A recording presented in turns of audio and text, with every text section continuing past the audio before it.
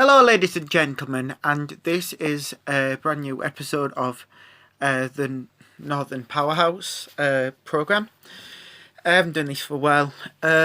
So, I was talking recently to two of my friends who have been right wing Brexit cheerleaders who also believe that a Jeremy Corbyn government will be the most disastrous for the country.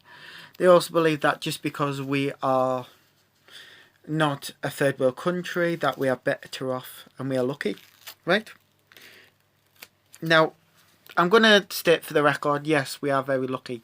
However, they want to take the model of India, they want to take the model of Singapore, and that is what they've stated before. Those countries are very bad for their people. For example, India, there are populations where they seek permission from a landlord to eat rats. I kid you not. That's how poor they are. They can only afford to eat rats. Yet the landlords are absolutely loaded. Is this the model that we want for Britain post-Brexit? Another issue that I find very shocking also is that during the time of the Brexit negotiations, a lot of things have come out why Brexit is such a bad idea. A lot of economic experts have stated why Brexit's a bad idea. We are talking about a massive clog in the system of imports and exports. We are talking about severe tariffs that we may incur, trade deals that are going to last up to could need to be 10 years before they're finalised. These are the things that they seem to forget. And when you kind of talk to Brexiteers about genuine and rational concerns, they'll always say, oh, Project Fear. They'll make some excuse, oh, well, it doesn't happen around the world. Oh, it doesn't happen. Germans have got a car manufacturing plant. They're not going to lose all that money. Now, these are like the best case scenarios for them. But it's worth bearing in mind that no one has done this. Maybe the Scandinavians. But no one has sought out a hard Brexit where we've had completely taken out of the free trade agreement. But what does this mean? Free trade agreement is not rosy. It basically means a basic agreement that we can trade, but it's up to individual countries to kind of bring together a unilateral agreement. Think about it. We export a lot and we import a lot. We are a country that relies on things being brought in to be built and then sent away elsewhere. We don't own any major businesses, barring maybe Dyson. That's it. But even he is considering moving his production line elsewhere. And he can do that. He's well within his rights to do that. It's his company. Now, when Nissan say we are thinking of leaving, you shouldn't be saying, oh, it's Project Fear, they won't leave. We don't know. And that is why we are trying to get across to the hard-headed Brexiteers that just because in your own head it sounds like nothing's going to happen, you don't have any proof of that. You don't have any knowledge. Now, another argument they make is that they promised us that chaos would happen as soon as we left, as soon as we voted to leave. There's a difference here. Now, when you say if you are a gambler and you are backing a horse, you don't just immediately leave the racetrack if you don't like any of the horses. You look around, see whether what's been said is viable, and see whether it's going to happen. You just don't walk away when that horse that you don't like disappears. You hang around and get some info. And this is what a lot of businesses do. They want certainty. Brexit, no deal, doesn't give people that. It gives them the opposite of a world where we don't know what's going to come next. Now, they'll talk about the backstop, maybe the best of a worst case scenario here. It might be the best we can do. So this is why a lot of people want a second referendum. Now they'll say, oh, you voted on it. This was your vote. The issue was here, and I think this is a very poignant vote, is you know exactly what you were voting for. That was one of the arguments I got. Now, the question is though, no you didn't. Do you know why? Because there were many different people branding out what type of Brexit we could get. There were many saying we can have the Icelandic model, the Norwegian model, the Canadian model. Yet there was no actual plan in place for either of them.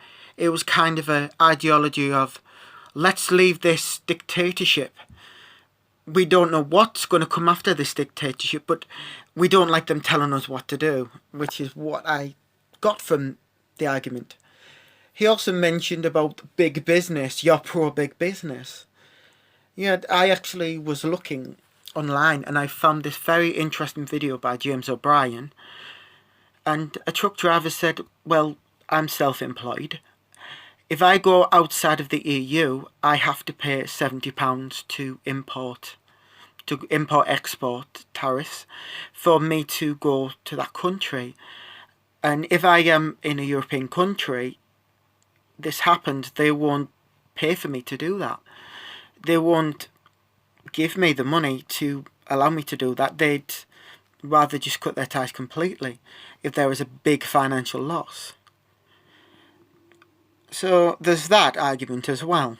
Now another argument as well that's been stated, and I think it's another one that gets greatly ignored, is about our supplies that we need, our medical supplies.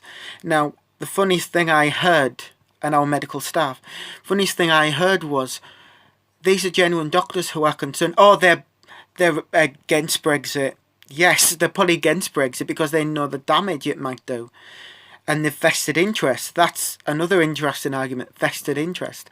All these industry experts who probably know their industry better than the Brexiteers themselves have said it's their vested interest. The NHS is a vested interest, yes, if they've got Europeans working for us.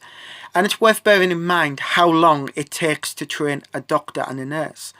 We can't just click our fingers and get a nurse straight away trained up. We can't just click our fingers and get doctors trained up. Doctors can take up to 5 years to even become a junior doctor. And then they become more senior doctors as their career progresses. Now what happens when our senior doctors either decide to leave the profession, go elsewhere, or just retire? What happens to our doctors then? We end up heavily reliant on doctors from outside of Britain. But they won't mention this, they'll just ignore that completely. Another one is our medical supplies. Now they've said, oh, well, we all have to trade, and Theresa May's diabetic, but she'll be alright. Now, it's worth bearing in mind that we may be able to bring medical supplies in, but there may be a massive backlog due to regulations that we are lucky that we don't have to follow.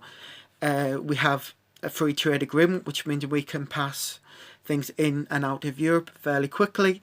This is why people are pushing for the free trade agreement, because it means we'll be able to get stuff in, out very quickly, and it won't affect businesses in Europe very badly. They don't want this. They would rather us faff about for 10 years with a trade agreement, trying to negotiate new trade agreements, even though they've said we can form our own trade agreements. But they are unaware of the timescale. We do not have time to be faffing about with trade agreements for 10 years, especially when we have important jobs on the line and people's health through medical. They've also made claims that there are people who sell diabetic stuff and make it in the UK, but when you fact check the evidence, they actually find that the We do not have the skills, we do not have the resources to make our own insulin, for example. So we were heavily reliant on Europeans to bring them in. Now, it's obvious that Farage isn't a diabetic, or any of the other, or Jacob Rees-Mogg. And to be fair, if Theresa May wanted insulin, she would probably use the World Charter as the leader of Britain. She'd be able to get it no problem through legal loopholes. But where does that leave the working class, middle class even?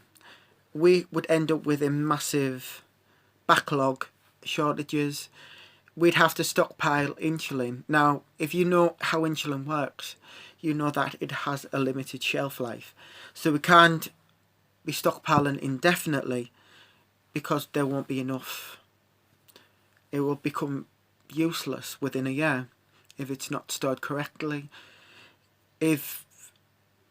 And even then it'd be useless within a year.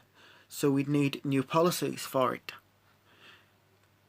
Unfortunately though, instead of listening to these genuine concerns, looking at how working with people to find ways to sort it out, we get, oh, we'll be alright. The rest of the world is. The rest of the world do not have agreements like we do. They do not have commitments like we do. The rest of the world wasn't sold off like we were. Our industry relies on the service industry. That is our biggest industry right now.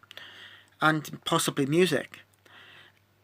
And I've asked my friends why are people like Ed Sheeran against Brexit? And he said, well, Peter Daltrey of The Who isn't. I said, well, Peter Daltrey is basically retired right now. He's probably made his millions. He can live happily. And this is what we find. A lot of the people who voted for Brexit were the people who were going to be okay. They weren't the younger generation. The 16-year-olds are absolutely fuming if it goes wrong. They will feel like their voice was never heard. They'll be very angry. And another argument was, well, if they don't like it, they can join again. It's not that simple. Do you seriously think that they are going to allow us to join very easily without any punishments? No, they'll kind of make an example of us. And that's what they are doing right now. They are making an example of us because they do not want the EU to fail. They don't want the EU to fail. And Brexit has done the opposite of what the Brexiteers wanted, which was bring about the destruction of the EU. In fact, it strengthened it. Now, what does this mean for the average Joe? I can't tell you. I do not have a Scooby. But, at the same time, the Brexiteers don't know. It's uncharted territory. So I would ask any Brexiteer if they actually are looking at this. Are you willing, and this is to all MPs that voted Brexit, the hard Brexit, are you willing, if it all goes pear-shaped, it all goes a bit petong, are you willing to apologise and stay in this country? Now, Nigel Farage may go to Germany. Jacob Rees-Mogg, he's a lord, essentially. He doesn't have to worry. He's a billionaire. He'll just make his money in emerging markets. It will not affect him. Yet, these are their biggest cheerleaders, the ones that won't get affected. And it shocked me that the working class, the most affected, were the ones that were taken in. And people who explained to them why the reasons they voted were so clouded in xenophobia, Euroscepticism. They were not logical reasons for the vote. If they believed that it was corrupted, that they were taking more money than they should, that's valid arguments. But the fact you are saying that you don't, which I've seen a lot, and when I was campaigning with Remain for one day, I saw a lot of people moaning about immigrants. If you think immigrants are the problem, wait until you see when we have none, when we don't have the immigrants in, when we can't when we haven't got enough staff. And these are highly trained people. These are not just low-income workers. These are NHS staff. And we've basically downright vilified and demonised the NHS. We've made it harder for people to become part of it. And we'll have 5 years before new doctors come in, if they come in at all. So, and even then, they will not have experience that, say, the European doctors have. And if they leave, what then? I'm sure Farage would probably be alright. He'll probably go to a private doctor. Jacob Rees-Mogg will go to a private doctor. But what about the working class if they need a doctor and there's no doctor there to see them? Think about that. And all I'm asking for in this video is to think about the genuine concerns that people have. Not project fear, not we'll be alright. Because we don't know, that's the problem. We do not have a clue what's going to happen with the referendum, with what happened with the referendum, whether it's going to do us serious damage, which even the stock market right now are predicting that the pound is going to fall in when March the 29th hits. But my own personal opinion is I don't believe that we will leave on March the 29th, because we are so far